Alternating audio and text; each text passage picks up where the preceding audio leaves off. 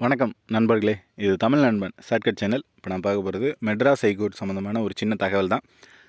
என்ன அப்படின்னு பார்த்தீங்கன்னா, வேக்கன்சி லிஸ்ட் அப்படின்றத கொடுத்துருக்காங்க.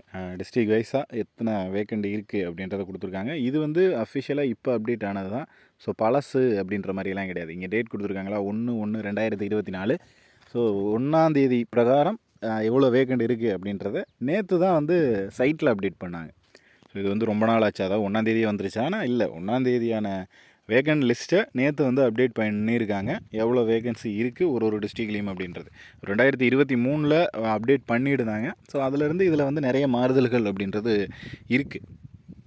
ஸோ என்ன எவ்வளோ வேக்கண்ட் இருக்குது அப்படின்றத தெரிஞ்சுக்கலாம்.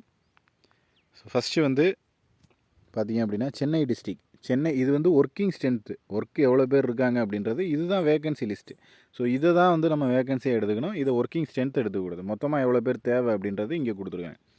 ஸோ சென்னைக்கு பார்த்தீங்க அப்படின்னா 465, அரியலூருக்கு 55 vacant, Coimbatore 238, Cuddalore 101, Dharmapuri 90, Dindigul 165, Erode 119 vacant.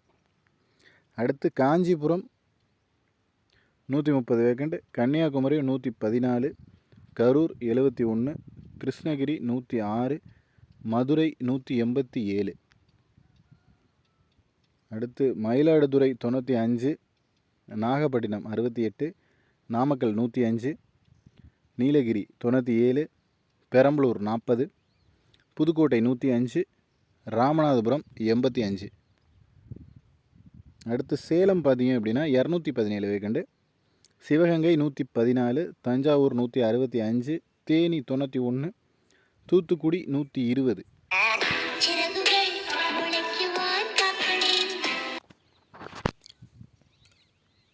Theni 91, Thoothukudi 120, Tiruchirappalli 156, Tirunelveli 161, Tiruppur 197, Tiruvallur 170, Tiruvannamalai 127, Thiruvarur 80.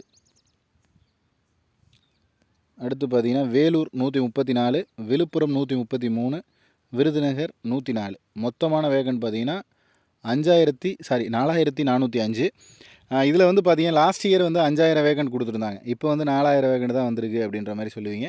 So currently update பண்ணி அவங்க 2024 எவ்வளோ வேகன்ட் இருக்கோ அதை வந்து கொடுத்துருக்காங்க. மேக்ஸிமம் இதிலேருந்து வேகன்சி வந்து இன்க்ரீஸ் ஆகவும் வாய்ப்பு இருக்குது. அதே போல் டிக்ரீஸ் ஆகிறதுக்கும் வாய்ப்புகள் இருக்குது.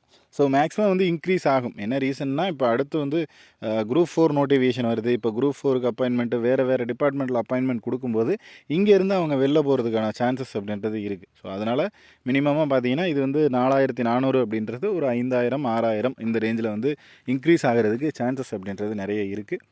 உங்களுக்கு இதில் வேறு ஏதேனும் சந்தேகங்கள் இருந்துச்சு அப்படின்னா கீழே கமெண்ட் பண்ணுங்கள். நெக்ஸ்ட் எடுத்த வீடியோவில் பார்க்கலாம். தேங்க்யூ.